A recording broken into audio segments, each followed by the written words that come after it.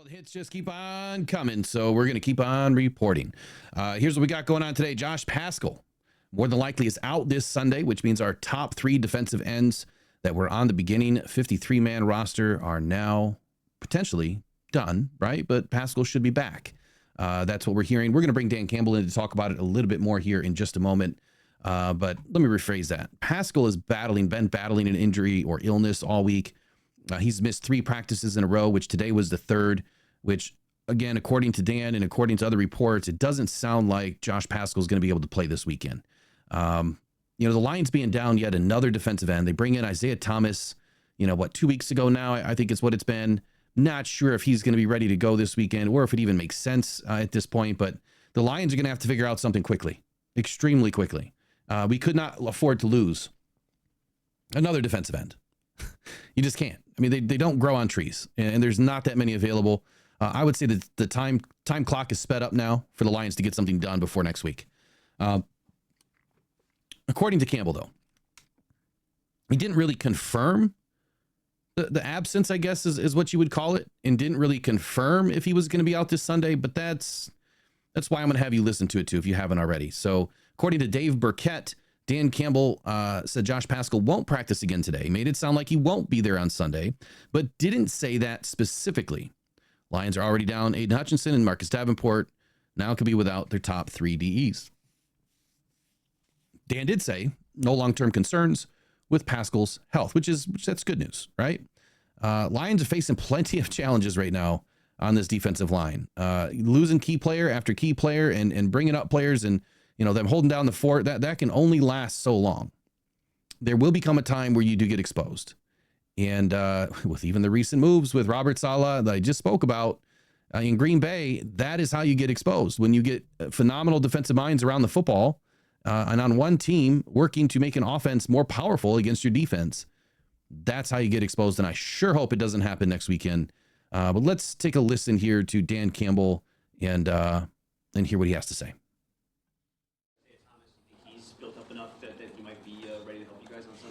Yeah, PASCHAL's dealing with something right now. He'll be okay.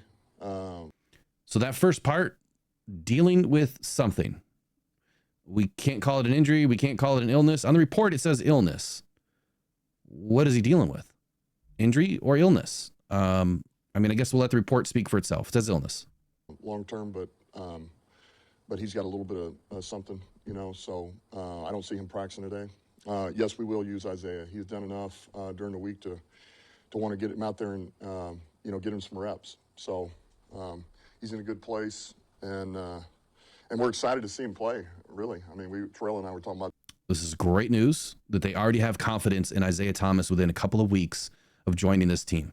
This morning, because he's got length, he's got size, strength, he's smart, and plays hard. So it'll be exciting to see how he does.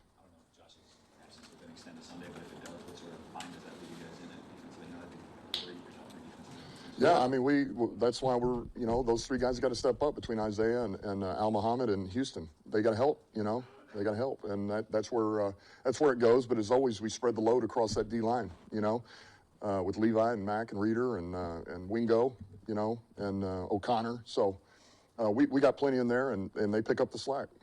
So I love this statement by Dan Campbell that, the rest of the guys have to step up.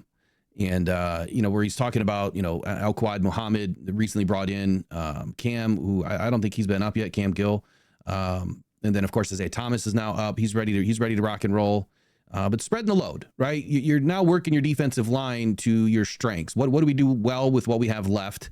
How can we extrapolate, the most out of our guys? Pull whatever we can out of these guys and put it in the game to work to our best advantage. And that's what great minds do in the NFL. And we've got some of the best defensive minds in the league right here in Allen Park, or right over there in Allen Park.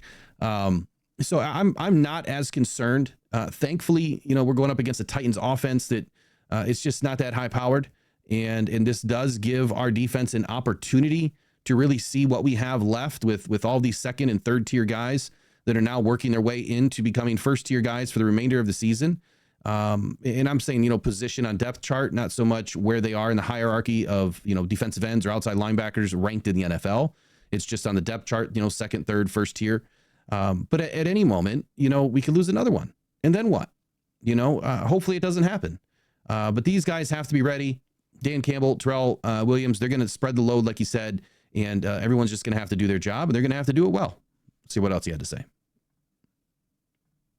been almost a full month since you guys have played at home. I guess just what are you looking forward to about getting back to your home stadium? Yeah, man, it feels good to you know, to get back in front of our fans, our place, the environment of it, you know, our own home routine. You know, you get things done here and you're back at your own place. It's good. You know, there's a time and a place for everything, you know, and sometimes it's good to go on the road, but man, it feels like it's been forever. So I know we're, you know, us, but the players are excited to get back home, you know, and our environment is, you know, this has been building, and we got a special environment that not everybody has. So to be able to get back in front of our crowd and apply a little pressure on the opponent is, you know, it's exciting. Ultimately benefits you, but with the way the game ended last night, I know you guys have been really aggressive with proposing rule changes or amending rules. Do you think there's any wiggle room in proposals to find a way to have a common sense replay review that misses big things like that are game altering? I mean, just if you put yourself in the Vikings' shoes in this situation. Yeah, I can understand that, and yeah, you would like to believe we could get there, but I do know this: slowing the game down is something that they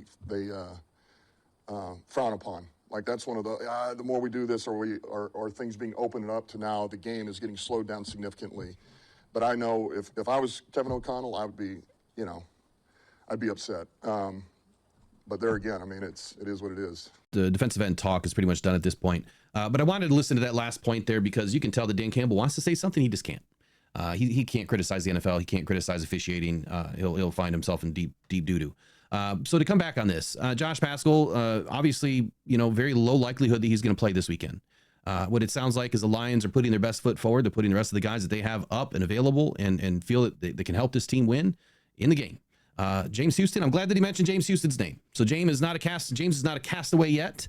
They're still giving him an opportunity to show what he has. And I believe this could be the last chance for James Houston, at least right now, against the Titans team that he should be able to have some success against.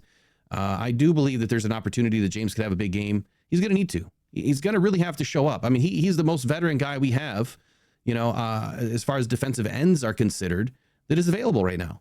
And that's not saying a whole lot. So he's just going to have to get in and show us, you know, who he used to be, that he still has it. And I expect for him to have a good game this weekend. I really hope so. Last week was not good. But Dan's not giving up on these guys, and he's definitely not going to give up on any game. You know, he's going to utilize what he has, and he's going to find the best way to win. Aaron Glenn is going to figure out the defense and how to utilize the guys that he has available. Last week, we had a lot of linebacker pressure. We're moving our linebackers around all over the place to get pressure and make some impact plays. And it's exactly what I called for and figured that was our best opportunity against that team at that time, was to utilize our linebackers. This week, it could be more DBs. We might, you know, we might want to rattle the quarterback with DBs versus linebackers, or it could be a combination of a DB on one side and a linebacker on the other. And, you know, allowing your defensive ends just play smart containment, you know, just play smart football and try to get more interior pressure between Reader and Aleem. Whatever happens, we're not losing the game. I'm hoping that we don't lose the game, but we're not losing the game because of, you know, just one or two defensive ends that we're missing. I think that there's plenty of guys on this team that can still play great ball, even though we're missing a couple of really big, important pieces. And now our third most big, important piece as far as defensive ends are concerned. So I'll leave it up to Dan and AG to get it done this weekend. I expect them to do nothing but that. So that's it for this update on Josh PASCHAL. We'll see you guys in the next one. Take care.